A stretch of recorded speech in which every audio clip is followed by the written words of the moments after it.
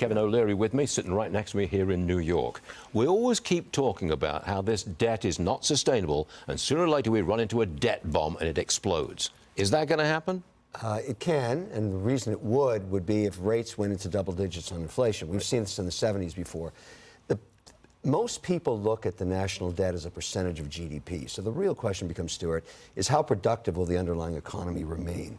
Because if it stays within range, and it's actually a little high right now, it's post-Second World War percentages.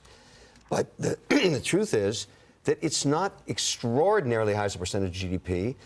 But if anything breaks in terms of productivity in the economy or rates go up, then it's a huge problem. And I think it's great we talk about it because we don't spend enough time pointing out that this risk is out there. No, and no politician wants to cut spending. No, that's the problem. Who would do that? Who would do that? Either side of the bench. I mean, elect me and I'll make your life miserable. Look at us right now. We're running a deficit of around $1.5 trillion with the market, with the economy expanding at a 3% rate and the unemployment rate below 4%. Yeah, but how is this possible? Except how do you do it? Think about it. My message is restraint and misery and no spending and no services. You're not a very good politician. Exactly. You're dead, man. You're dead. So that's just not going to work. And obviously, this is something that's going to have to be fixed long term. What you got? Well, Nikki Haley, I think, is trying to do this. I mean, she says the unpopular, that Social Security is going to run out. So we have to either raise the retirement age for which you can get it, and tell young people, don't expect it so soon. How's and she she's doing? Getting eviscerated How's for she that doing? in ads by President Trump. How is she doing? But she's leveling with people because it needs to be done. And how's that working for her? It's not. But I rest my she's case, Your trying, Honor. and she's still in through South Carolina or to South Carolina. I admire her stick-to-itiveness, but at some point she's going to run out of money.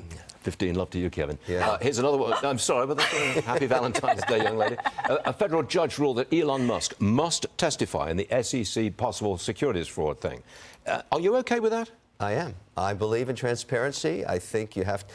Elon's an unusual guy. I'm a huge fan. Obviously, the missiles keep coming in at him, and he just keeps, moving forward, although it must eat up so much of his time. I look at it and ask, if I was going to ask him something about anything, would be, why do you want to spend so much time defending this stuff that you could have avoided in the first place? Right. On the other hand, he's so productive that you have to admire his success. You've got to read the book, though. Yeah, I know, it's interesting. It's a very good book. Yeah. This is just for you. A Senate candidate in California calling for a $50 per hour minimum wage. Roll tape.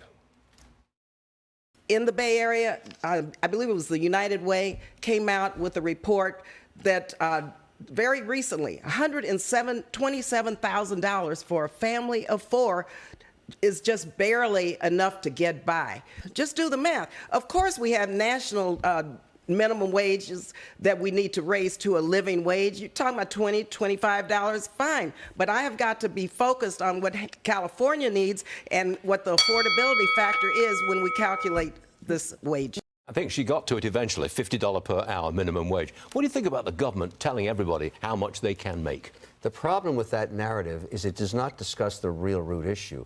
California is the most uncompetitive state in the union. It is the worst managed on a state basis. And the city of San Francisco is an example of how you can get to being a rat hole over 10 years. It is an absolute war zone.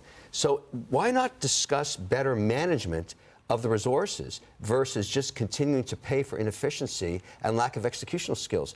That place is a loser state, the #1 loser state on my list of winners and losers. 100%. #1 loser. Got it. Kevin, one more here. NVIDIA. Oh, this just in. NVIDIA just